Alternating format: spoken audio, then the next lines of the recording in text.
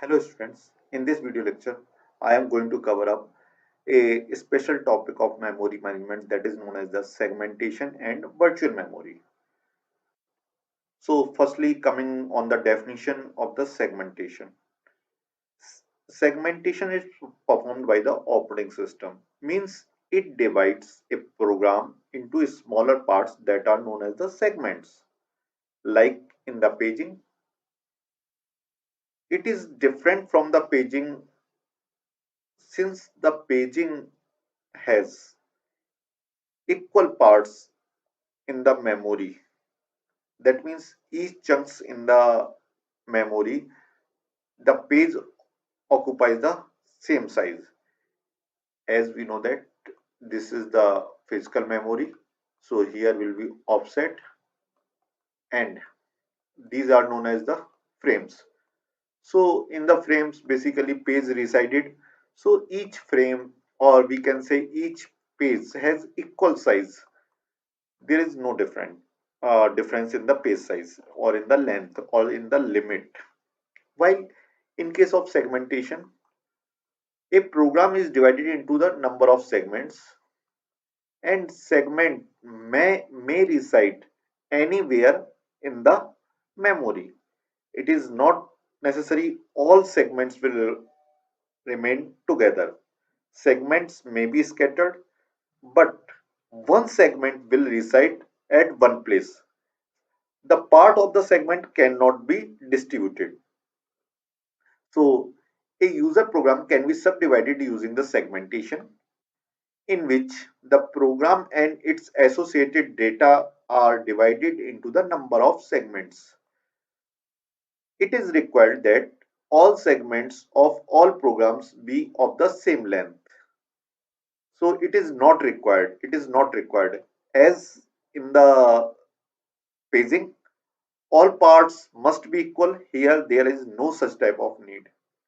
For simplicity of implementation, segments are numbered and not referred by their name.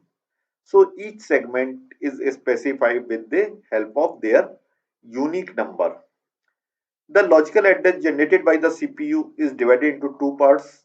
Like in the paging technique, there was a page number and offset. Here, segment number and offset rather than segment number.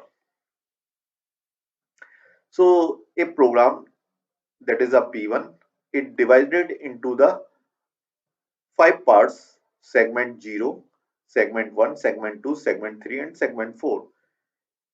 The segment 0 contains the subroutines, segment 1 contains the coding of the square root, segment 2 containing the main program, segment 3 contains the stack of values and segment 4 contains the symbol tables.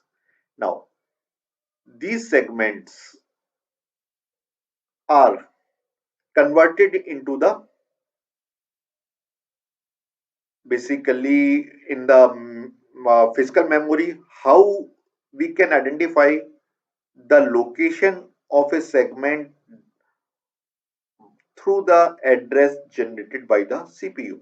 So for that we are using the segment table as page table in paging technique. So each segment's number is given here. It is the segment number 0, 1, 2, 3 and 4. Each segment has its base register and limit register. Means from where the segment is start. So that defines the base. And what is the length of the segment? That is contain 100 instruction, 200, 1000. So the number of instruction it contains is known as the limit. So here segment 0, its base is 1400. That means it will start from here, and its length is 1000. That means it will end at 2400. Segment 1 start at 6300. This is a 6300 and its limit is 400. That means 6700. Similarly, segment 2 start at 4300. This is the segment 2. It also have the length of 400. That means will end at 4700. and segment 3 start from the 3200 and has the length of 1100, that means will end at 4300, and at the last the segment 4 will start at 4700 and end at 5700 because its limit is the 1000. So how the segment can be placed in the physical memory, we have seen this. Now we are going to discuss how the address translation take place. As in the paging techniques, the address generated by the CPU converted into the physical address. Here the address generated by the CPU is divided into the segment number and offset. So segment table is here. Again, it contains the segment number 1, 2, 3, 4. Suppose that CPU generated a number that is divided into two parts, segment number and offset. So it will search for the segment number.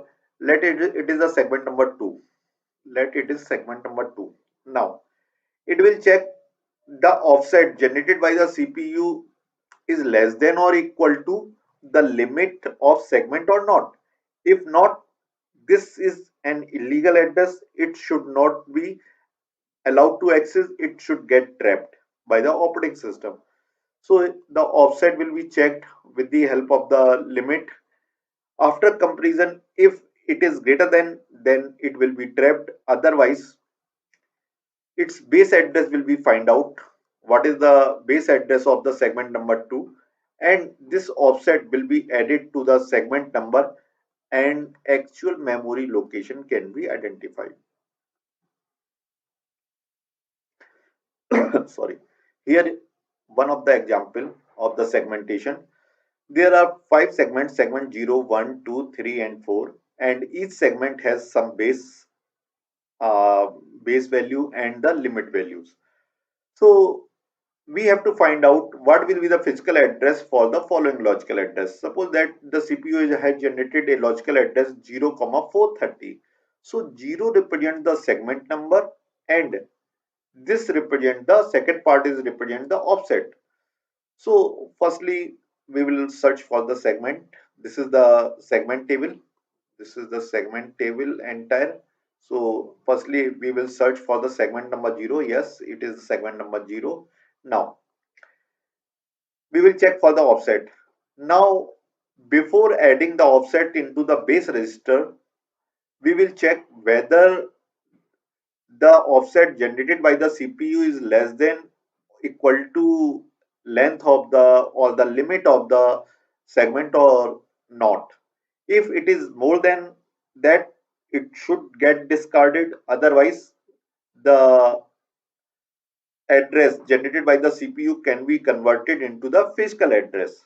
So it is 430 and it is 600. Yes, it is a valid. So length of the segment is larger than the offset. So it will add an address in the base 219 plus 430. That means it will be 649.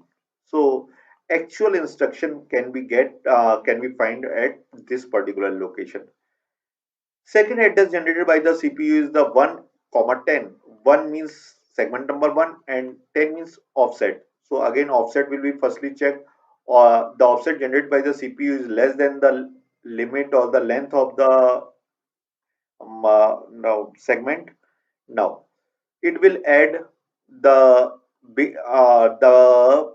offset generated by the CPU in the base register. So 2300 plus 10, that means 2310. This will be the address generated by the this will be the physical location where the instruction can be found.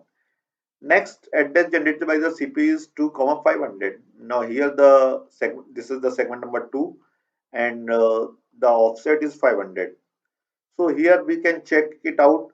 The segment 2 has the limit register only 100, and the address generated by the CPU is the 500. So this address may lie on some another process or some other segment.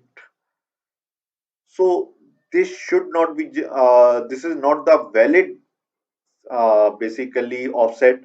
So the system will, or operating system will automatically trap and discard uh, this offset, because this is not the valid logical address generated by the CPU. Now, CPU has generated 3,400. So this is the three segment number 3, and the offset is 400, and the length of the segment is 580. So it is a valid. So automatically 1327 plus 400, that means the actual address generated will be 1727. So it is here. Now the CPU again generated an address 4 and 112. So this is a segment number 4. Now we will check for the offset. Here offset is 112, while the limit register or the length of the segment is only 96. So this is not the valid address that is generated by the CPU. So this will be get trapped and discarded by the operating system. So this is all about the how to convert an address, or we can say logical address generated by the CPU into the physical address. Now virtual memory. So before discussing the virtual memory, let us consider an example. Nowadays we have the movies that are very good in picture quality. As the picture quality gets increased, so automatically the size of the file get increased. Now consider a movie file that is of the 4 GB, and I have the RAM 4 GB also. But some of the part of the RAM is taken by the operating system. Some of the other processes, let in this 2 GB has been consumed. Can 2 GB will be accommodates my 4 GB movie? No. Then I can't see the movie? No, no. This is not true. We can see the movie. So how it is possible? A part of the movie will bring up into the my physical memory, and the rest of the part will reside on the secondary memory, that is known as the hard disk. So the part of the memory that provides me the illusion that my entire movie file of 4 GB is inside the my physical memory is known as the virtual memory. So a part of the hard disk is treated as the virtual memory. In Linux, this space is totally dedicated to the virtual memory, that is known as the swap. While in case of Windows, we can increase or decrease the size of the uh, swap partition, or we can say virtual memory. It is the common for modern processor to be running multiple processes at one time. Each process has an address space associated with this. To create the whole complete address space for each process would be much too expensive.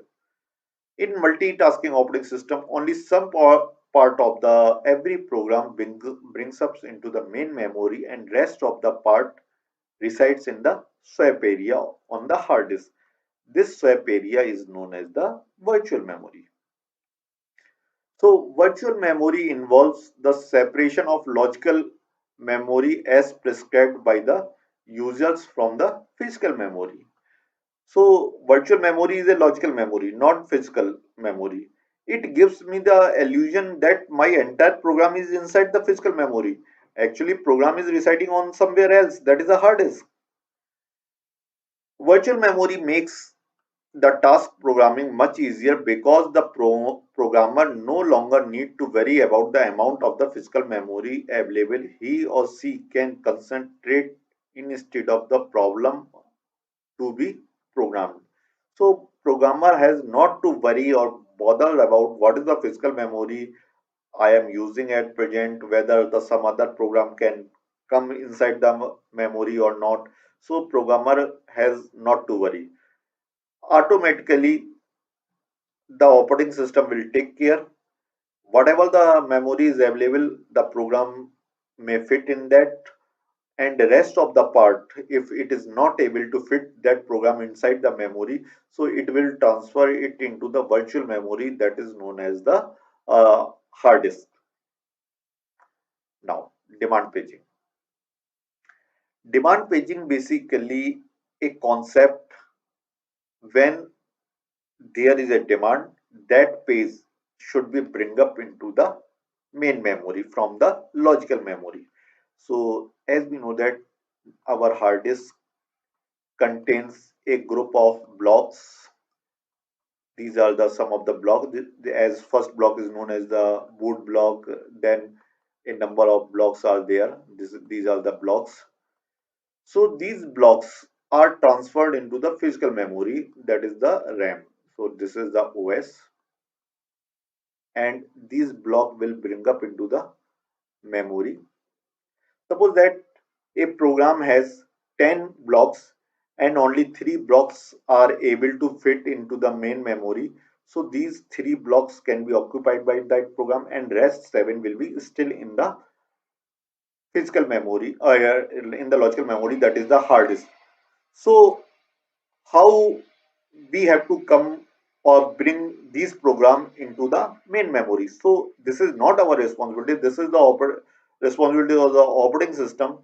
When these part will get executed, they will be swept out from the primary memory to the secondary memory, and next blocks will bring up into the memory from secondary to primary.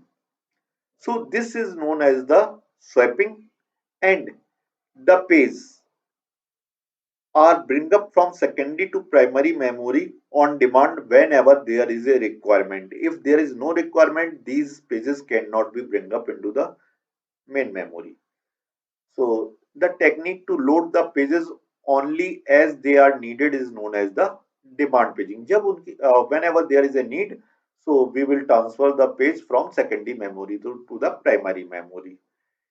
Is commonly used as a virtual memory of the system. The demand paging is like the paging system with swapping.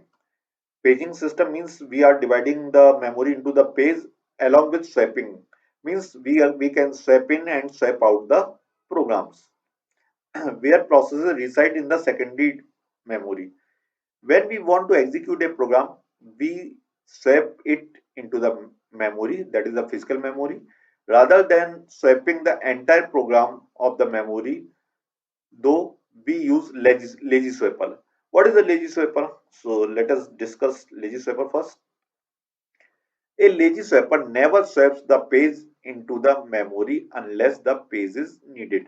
Until the page is not required by the process, it cannot bring it from the secondary memory to the primary memory.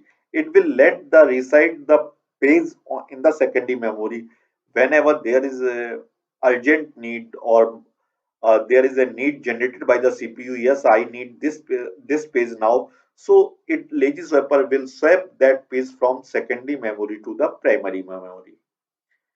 In the context of the demand paging, we use the term swapper. The swapper manipulates the entire process where the pager concerned with the individual page. So swapper swap the entire process from secondary to primary memory, while the pager converts or sends only the demanded pages from secondary memory to the primary memory. So a process that process one is residing 1 2 3 4. Suppose that these are the part, and rest of the pages are here. So this firstly, this program will be swap out, and this program will be swap in to fit in the main memory. So the program A is swapped out from primary memory to the secondary memory, and program B is swapped in from secondary memory to the primary memory. Because our primary memory is very limited, and It is necessary when a program want to get execute, it should be bring up from the secondary memory to the primary memory. Now, valid and invalid bits. So we can check it out whether the generated page number by the CPU is valid or not. So how it can, let us discuss. The valid and invalid bits scheme are used for the demand paging. When this bit is set to valid, the associated page is both legal and in the memory.